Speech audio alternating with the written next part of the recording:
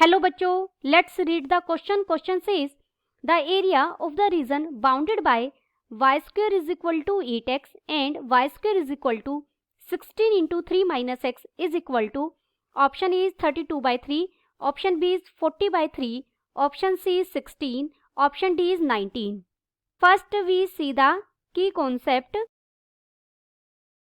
Let two functions, जब भी आपको दो कर्व से बाउंडेड एरिया फाइंड आउट करना हो, मान लीजिए हमने वो दो कर्व्स क्या ली, fx and gx are such that, ये दोनों फंक्शन इस तरीके से हैं कि f of x is less than equal to g of x for all x belongs to closed interval a, b. इस इंटरवल के दौरान f की फंक्शनल वैल्यू g की फंक्शनल वैल्यू से ऑलवेज कम है या इक्वल है.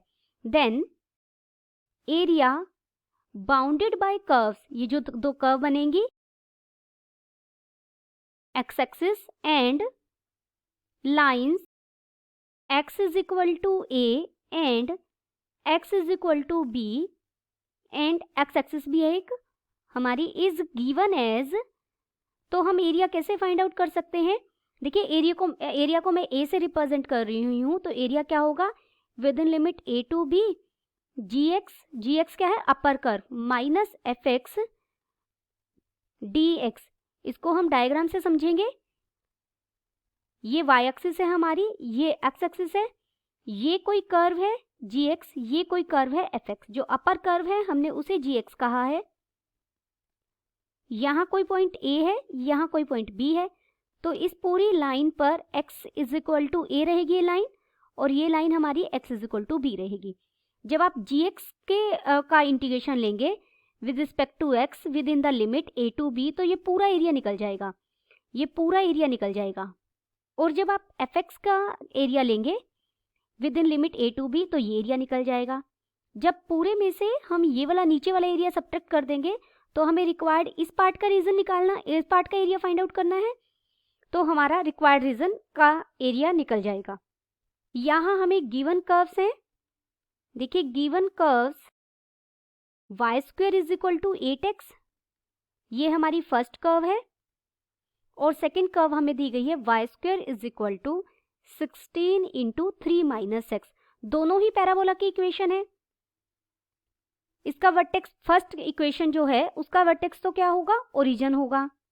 ये जो दूसरी कर्व है ये 16 इंटू, इसे मैं माइनस एक्स प्लस 3 लिखूं, तो जो x का कोफिशिएंट है वो नेगेटिव रहेगा. y square is equal to 8x हमारा कैसा होगा, राइट हैंडेड पैराबोला होगा, और जो सेकंड इक्वेशन है वो हमारी लेफ्ट हैंडेड पैराबोला बनेगी. ये जो कर्व मैंने बनाई है ये y square is equal to 8x के लिए बनाई है. देखिए ये ओरिजिन रहेगा ये पॉइंट, और इसके कोऑर्डिनेट्स होंगे 0 0, ये इसका वर्टेक्स रहेगा. दूसरी इक्वेशन देखिए, अगर मैं y को 0 रख दूं तो हमें x की वैल्यू कितनी मिल जाएगी, 3 मिल जाएगी. यानी यहाँ कहीं पॉइंट अगर मैं 3 लूँ, x कोऑर्डिनेट 3 और y कोऑर्डिनेट 0, और ये लेफ्ट हैंडेड पैराबोला रहेगा, तो कुछ इस तरीके से बनेगा. ये सिमेट्रिक रहेगा, इस पॉइंट के जस्ट नीचे आएगा ये पॉइंट. सबसे पहले हम point of intersection find out करेंगे. अगर इस पॉइंट को हम a नाम दें और ये पॉइंट b फाइंड आउट करें, तो हमारा आप देखिए रिक्वायर्ड रीजन क्या है, ये सारा है रिक्वायर्ड रीजन. ये सिमेट्रिक है अबाउट x एक्सिस के अबोव जितना है उतना ही बिलो है, तो सिर्फ मैं x एक्सिस के साथ इतने पार्ट का एरिया फाइंड आउट करूंगी और उसे 2 से मल्टीप्लाई कर देंगे. लेकिन जो ये बीच में यहाँ पर है ना, इससे पहले तो हमारा ये वाला पैराबोला की कर्व यूज हो रही है. यहाँ पैराबोला कौन सा है, y square is equal to 8x, और इतने पार्ट के लिए हमारा जो पैराबोला है वो y square is equal to 16 into 3 minus x है. तो हमें ये लिमिटिंग a और b फाइंड आउट करने हैं. For point of intersection find out करने के लिए हम दोनों इक्वेशंस को साइमल्टेनियसली सॉल्व करेंगे. 8x को इक्वल रखा 16 इंटू 3 माइनस एक्स के. दिस इंप्लाइज यहाँ से हम x के लिए सॉल्व करेंगे, तो x हमें कितना मिल जाएगा, 2 मिल जाएगा. x को जैसे ही आप 2 रखेंगे तो y square, therefore y square क्या हो जाएगा, 16 के इक्वल. दिस इंप्लाइज y किसके इक्वल हो जाएगा, प्लस माइनस 4 के.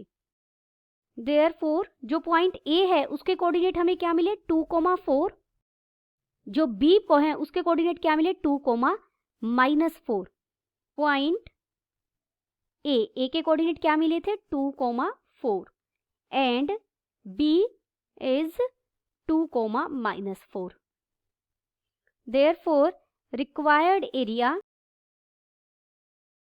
इज इक्वल टू 2 से हम मल्टीप्लाई इसलिए कर रहे हैं क्योंकि सिमेट्रिक है अबाउट एक्स एक्सिस, मैं सिर्फ ऊपर वाले पार्ट का निकालूंगी। अगर इसे सी कहें तो रिक्वायर्ड एरिया क्या होगा OACO, area of region OACO, this is equal to 2 और area of OACO integration within limit.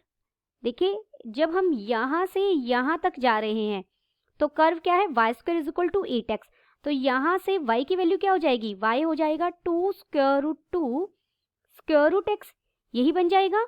और लिमिट क्या रहेगी 0 से 2 square root 2 square root x dx plus करेंगे, हमने 2 से कहां तक जाएंगे 2 से लेकर यहां 3 पॉइंट तक जाएंगे, तो लिमिट हो जाएगी 2 से 3 4 square root of 3 minus x हो जाएगा इंटू dx, ये dx साथ में रहेगा।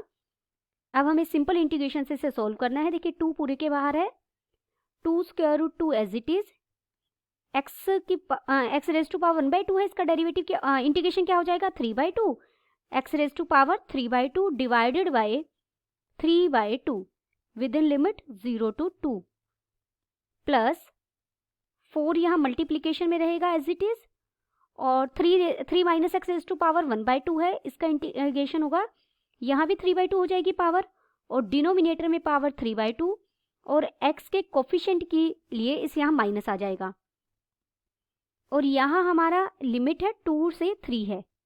अब हम लिमिट्स यूज करेंगे तो ये हो जाएगा, देखिए यहाँ बन जाएगा 8 स्क्वायर रूट 2/3, ये तो कांस्टेंट है, बाहर मल्टीप्लीकेशन में कोफिशिएंट है, x को 2 रखेंगे तो यहाँ बन जाएगा 2 स्क्वायर रूट 2 अपर लिमिट रखते ही -0 प्लस ये डिनोमिनेटर में जो माइनस है इसलिए मैंने माइनस लिया, ये हो जाएगा 16 क्योंकि 2 एक यहाँ से जाएगा और एक 2 हमारे पास बाहर है जो मल्टीप्लाई होगा, तो ये 16/3, जैसे ही आप अपर लिमिट रखेंगे तो 0 माइनस लोअर लिमिट रखेंगे तो ये 1 आ जाएगा।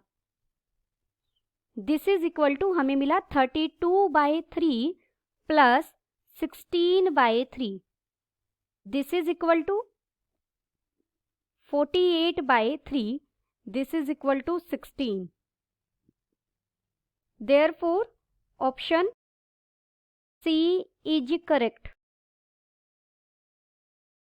Option C is correct and all other options are incorrect. Hope you understood it well. Best of luck.